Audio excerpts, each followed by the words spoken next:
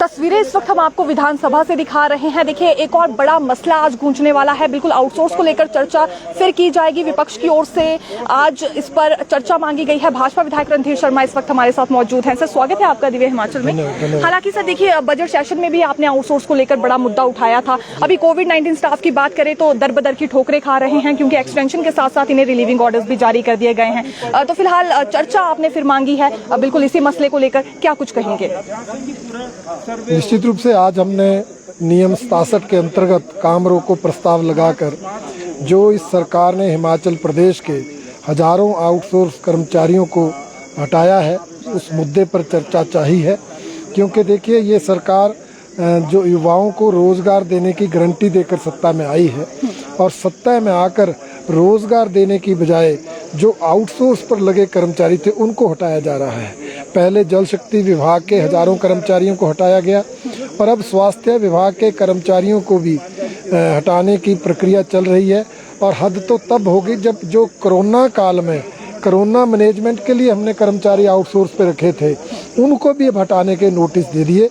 इसलिए भारतीय जनता पार्टी जो है वो आउटसोर्स कर्मचारियों के साथ है और काम रोको प्रस्ताव लाकर आज हम सदन में इस मुद्दे को उठाएंगे। बिल्कुल सर, देखिए, काम रोको प्रस्ताव आपकी ओर से जरूर लाया जा रहा है, लेकिन शिकायत आउटसोर्स कर्मचारी ये भी कर रहे हैं कि ये रेगुलर पॉलिसी तो आउटसोर्स के लिए भाजपा ने भी नहीं बनाई थी और अभी वर्तमान सरकार में भी कोई हलचल इसे लेकर नजर नहीं आ रही है। नहीं, देखिए, हमारी सरकार ने कोशिश की थी, प्रयास किए थे।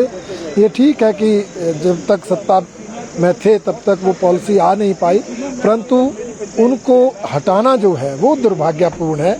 अगर वो आउटसोर्स पर भी लगे रहते हैं तो भी उनकी रोटी रोजी चलती है। और जो सरकार रोजगार देने के नाम पर सत्ता में आई है वो जब ऐसा निर्णय लेकर उनको हटाती है तो और ज्यादा चिंताजनक स्थिति होती है। सर, अगर सुझाव के तौर पर बात करें, क्योंकि अभी देखिए जो कमीशन पास करने वाले युवा हैं उनका कहना है कि बैकडोर एंट्री है। अब इन्हें अगर रेगुलर किया जाता है तो फिर वो कहाँ जाएंगे? तो ऐसे में सजेशन आपका क्या है कि अगर इन्हें रेगुलर भी करना है तो किस तरह से किया जा सकता है ताकि बाकी बेरोजगार युवाओं के साथ फिर अन्याय ना हो? नहीं, देखिए, उसके लिए पॉलिसी तभी लाने का विषय है कि ये सारी बातें जो हैं वो ध्यान में रखी जाए कि मेरिट इग्नोर ना हो, रिजर्वेशन इग्नोर ना हो। जो रोजगार की जो नौकरियों के लिए नीति बनी है उस नीति में कोई बदलाव ना करते हुए इनको किस तरह से हमने रेगुलर करना, उसी की तो नीति लानी है। तो उस नीति में सरकार अगर हमारे सुझाव मांगेगी तो हम जरूर देंगे। सर, पिछले कल श्वेत पत्र भी जारी किया गया है वर्तमान सरकार की ओर से। आरोप ये लगाए जा रहे हैं कि जयराम सरकार से पहले महज 47,000 करोड़ के करीब तक का ऋण यहाँ पर लिया गया था, लेकिन अब ये लगभग जो आंकड़ा है 75,000 करोड़ से ऊपर जा चुका है। जयराम सरकार के आखिरी साल में ही ये आंकड़ा क्रॉस हो चुका था। किस तरह से इस स्टेटमेंट को देखते हैं, क्योंकि यही कहा जा रहा है कि रिसोर्स मोबिलाइजेशन की तरफ तो कोई कदम नहीं उठाया पिछली सरकार ने, केवल यहाँ पर फिजूल खर्ची की गई है। देखिए, जो कल व्हाइट पेपर इन्होंने फाइनेंशियल सिचुएशन पे ले किया है वो एक पॉलिटिकल है, राजनीतिक आधार पर उसको बनाया गया है। क्योंकि जब आप प्रदेश की आर्थिक स्थिति पर श्वेत पत्र जारी करते हैं और उसमें जो भी विषय आने चाहिए, अब जैसे कर्जा लेने की बात आती है तो कब से हिमाचल प्रदेश में कर्जा लेना शुरू हुआ वो सारा विवरण उसमें आना चाहिए। 1990 में आदरणीय शांता जी के समय हिमाचल का ओवरड्राफ्ट खत्म हो गया था, कोई कर्जा हिमाचल प्रदेश पर नहीं था। उसके बाद बनी कांग्रेस सरकार के समय से कर्जा लेना शुरू हुआ, तो उसके बाद बताएं ना किस सरकार ने कितना कर्जा लिया। और जहां तक वर्तमान सरकार का सवाल है, जब 2012 में कांग्रेस की सरकार बनी थी तो हिमाचल प्रदेश पर 27,000 करोड़ कर्जा था, तो 47,000 कुछ करोड़ कर्जा तो वीरभद्र सरकार कर गई। अब उसके बाद हमारी सरकार जब हटी तो 69,600 करोड़ पे कर्जा था और ये सरकार 8 महीने में 8,000 करोड़ कर्जा ले चुकी है। इस सारे का भी तो वो विवरण दें।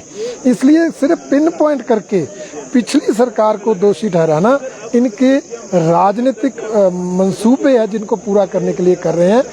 श्वेत पत्र जैसी कोई बात नहीं है, वो एक राजनीतिक भाषण है जो कल उप मुख्यमंत्री महोदय ने सदन में दिया है। सर, राष्ट्रीय आपदा घोषित की जाए हिमाचल प्रदेश में, हालांकि सरकारी संकल्प इसके लिए एक तरह से पास कर दिया गया है, लेकिन दूसरी बड़ी बात यह है कि क्या विपक्ष अभी साथ देगा केंद्र के समक्ष ताकि ये प्रस्ताव पूरी तरह से रखा जाए और राष्ट्रीय आपदा यहाँ पर घोषित हो सके? नहीं, देखिए, ये सरकार तो 3 महीने बाद जागी है।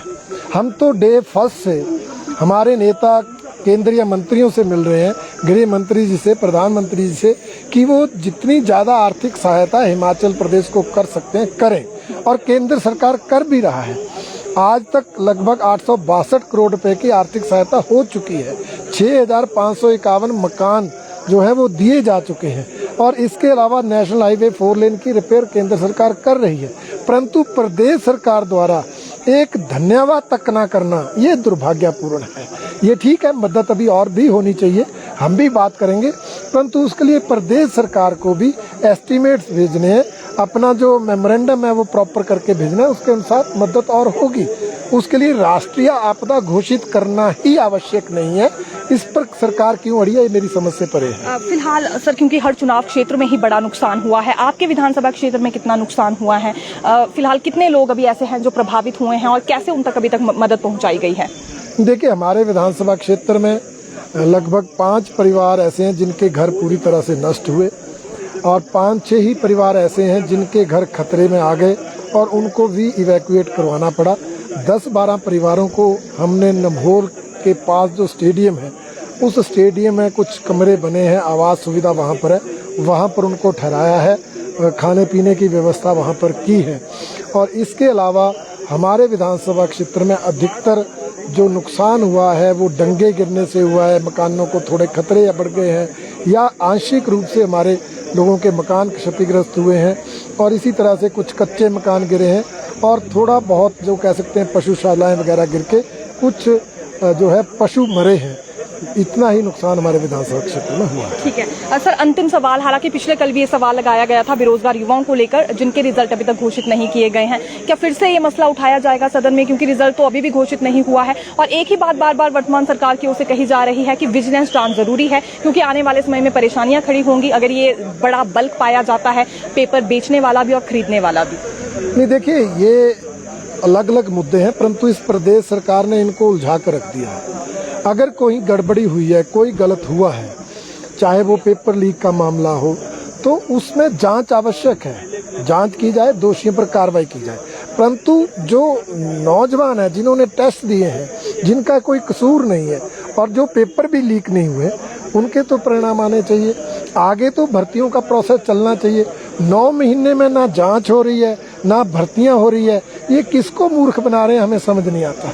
इसलिए ये सरकार पूरी तरह से इन 9 महीनों में हर फील्ड में, हर क्षेत्र में नाकामयाब रही है। ठीक है सर, बहुत बहुत शुक्रिया सर हमसे बात करने के लिए। तो फिलहाल देखिए, ये हमने भाजपा विधायक रणधीर शर्मा जी से बात की है, क्योंकि एक बार फिर आउटसोर्स का बड़ा मसला गूंजने वाला है सदन में।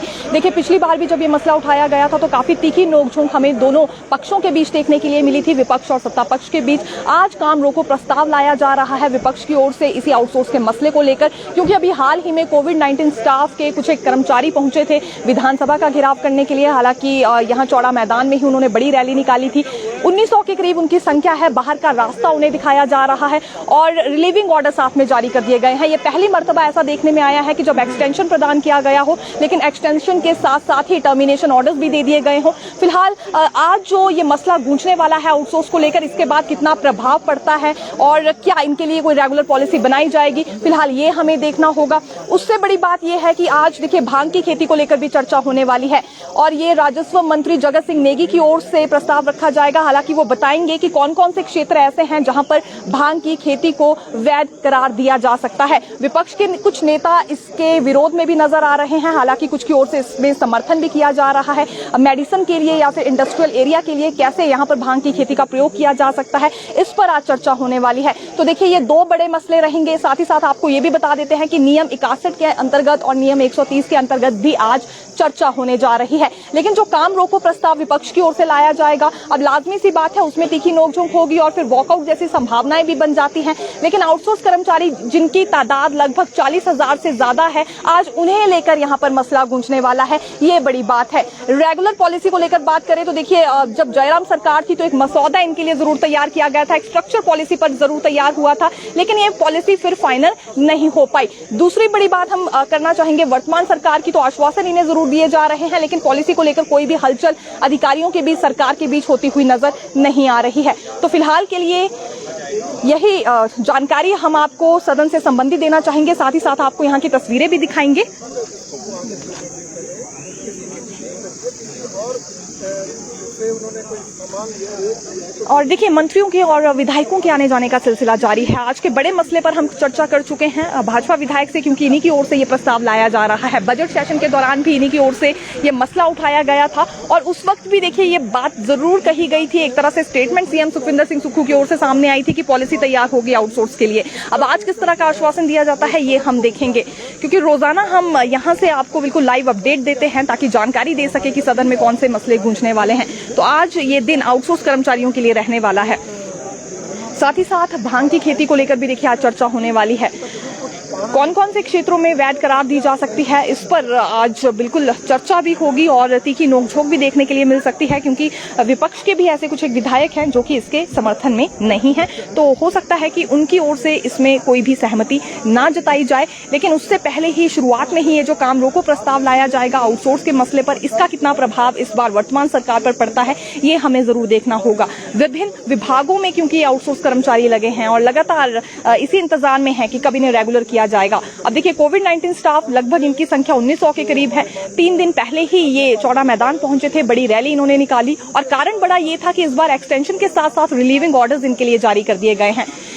यही मसला आज सदन में गूंजेगा कि आखिरकार क्यों एक्सटेंशन के साथ टर्मिनेशन ऑर्डर जारी हुए हैं। क्या इसके बाद उन्हें बाहर का रास्ता दिखाया जाएगा, अपना घर परिवार या आउटसोर्स कर्मचारी कैसे चलाएंगे, इस वक्त के सबसे बड़े सवाल। और देखिए तादाद क्योंकि कम नहीं है, अगर कुल मिलाकर सभी आउटसोर्स कर्मचारियों की जानकारी दे तो संख्या इनकी 40,000 के करीब है। इससे पहले जल शक्ति विभाग में लगभग ये संख्या 1500 के करीब सामने आई थी, जिन्हें नौकरी से बाहर किया गया और अभी तक उनकी बहाली नहीं हो पाई है। लगातार उनकी ओर से प्रदर्शन किए जा रहे हैं।